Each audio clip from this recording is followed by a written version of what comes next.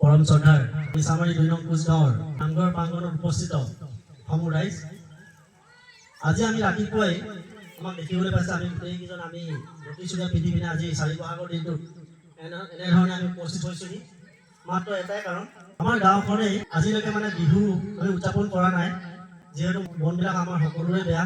মন বেয়া হোৱাৰ এটাই কাৰণ যে আমাৰ প্ৰাণৰ শিল্পী আমাৰ হিয়াৰ আমঠু জুবিন দাদা আমাৰ মাজত নাই, আৰু সেইকাৰণে বাপুতি সাহোন বিহুটো আমি আজি বহাগৰ ৪ তাৰিখ হ'ল যদিও আমি উদযাপন কৰিবলৈ সাহস কৰা নাছিলোঁ।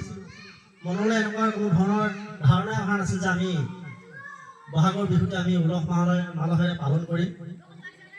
আৰু আমি সকলোৱে জানো যে জুবিন দাই প্ৰকৃতিপ্ৰেমী আছিল, প্ৰকৃতিক তেওঁ বহুত ভাল পাইছিল, আৰু তেওঁৰ এই ভাল পোৱাক আমি সদায় জীয়াই ৰাখিবৰ কাৰণে তেওঁ যিহেতু নাহৰ গছ ভাল পাইছিল, আমাৰ ২ নং মিছামাৰী কোচগাঁৱৰ ৰাইজসকলে আমি সিদ্ধান্ত লৈছিলোঁ যে বহাগৰ ৪ তাৰিখে গছ বিহু হিচাপে আমি নামঘৰ প্ৰাংগণত আজিৰ দিনটো আমি পালন কৰিছোঁ। আমি আজি প্ৰায় ৪০টাৰো অধিক নাহৰ পুলি আমি আমাৰ নামঘৰৰ আশে পাশে ৰোপণ কৰিবলৈ সক্ষম হৈছোঁ।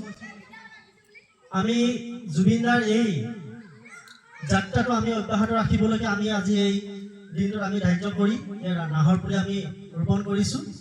আৰু ইতিমধ্যে আমাৰ মাজলৈ আহিব ৰাষ্ট্ৰীয় পুৰস্কাৰ প্ৰাপ্ত আমাৰ ককাইদেউ দেৱজিৎ চাংমাই ডাঙৰীয়া, তেওঁ আমাৰ মাজত কিছু সময় পিছতে উপস্থিত হ'বহি। আৰু আমাৰ শ্ৰীপানী আৰু নীলক বৈদিক সনাতন সমাজৰ সম্পাদক শ্ৰীযুত ইন্দ্ৰ ফুকন ডাঙৰীয়া, তেওঁ আমাৰ মাজত কিছু সময় পিছতেই উপস্থিত হ'বহি।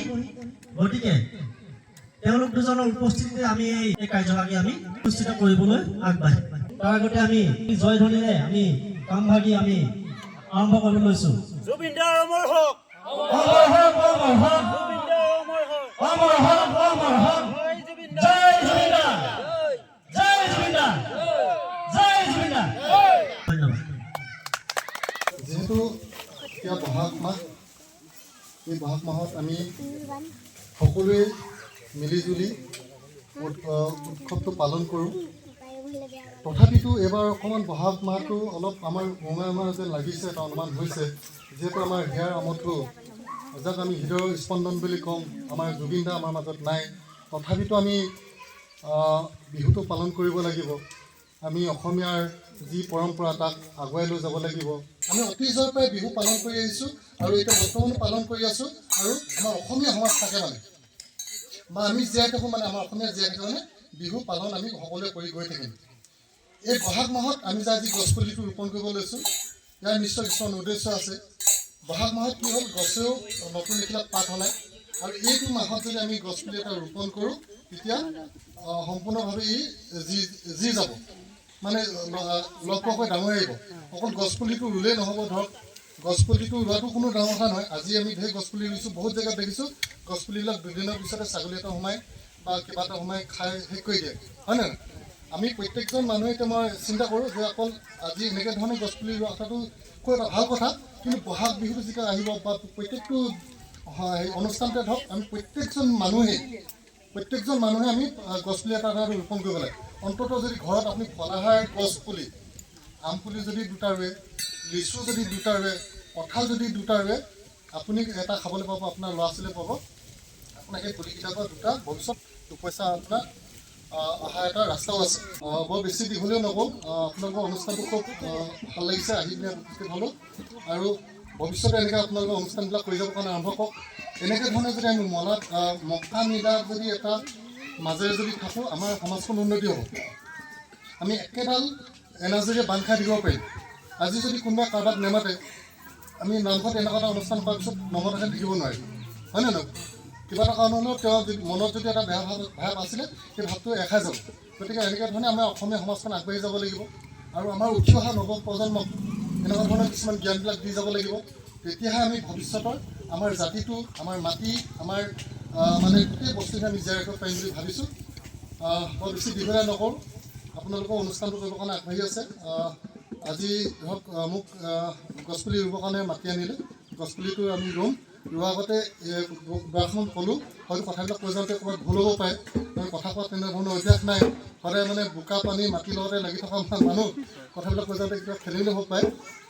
ধৰক সকলোৱে ওচৰত মানে মই ক্ষমা ভিক্ষা মাগিছোঁ আৰু সকলোৱে শ্ৰীচৰণত সেৱা জনাইছোঁ আৰু সকলোকে মানে বহাগ বিহুৰ শেহতীয়াকৈ হ'লেও নৱবৰ্ষৰ শুভেচ্ছা জ্ঞাপন কৰিছোঁ আৰু সকলোৱে মংগল থাকক আৰু সকলোৱে এনেকৈ ধৰণে আগবাঢ়ি যাওক, তাকে মই আশা কৰিছোঁ। ধন্যবাদ। আমি ৰাজ্যিক বঁটাপ্ৰাপ্ত লিখক বঁটাপ্ৰাপ্ত শ্ৰী দেৱজিৎ চাংমাইলৈ ধন্যবাদ জ্ঞাপন কৰিলোঁ। এতিয়া আমি আমাৰ উদীয়মান যুৱক ডেভিড কোঁৱৰ দেৱক আমি কথা ক'বৰ কাৰণে মাইক্ৰফোন কৰিছোঁ। কৃষ্ণ। আজি 4 বহাগ।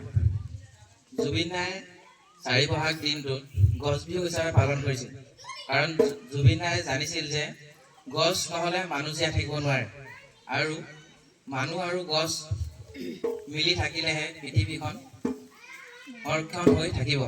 সেইবাবে জুবিন দাই 4 বহাগটো গছ বিহু হিচাপে পালন কৰি আমাক এক আদৰ্শ দেখুৱাই থৈ গৈছে আৰু এই 4 বহাগটো আমি প্ৰতি বছৰে পালন কৰি জুবিন দাক আমি আমাৰ কৰ্মৰ জৰিয়তে জীয়াই ৰাখিব লাগিব।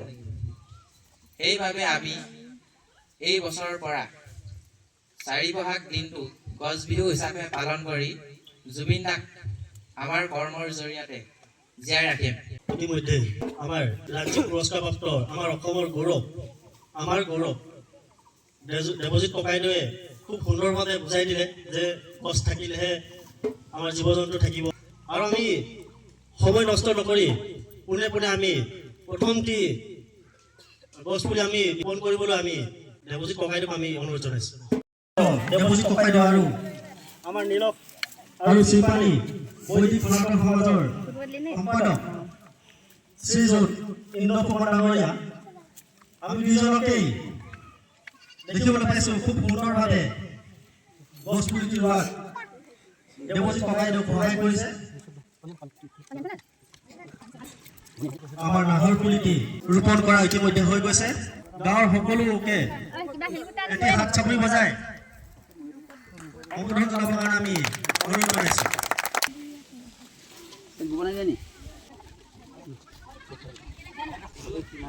সঁচাকৈয়ে আমি নিজে উপলব্ধি কৰিছোঁ খুব এটি সুন্দৰ অনুষ্ঠান আমাৰ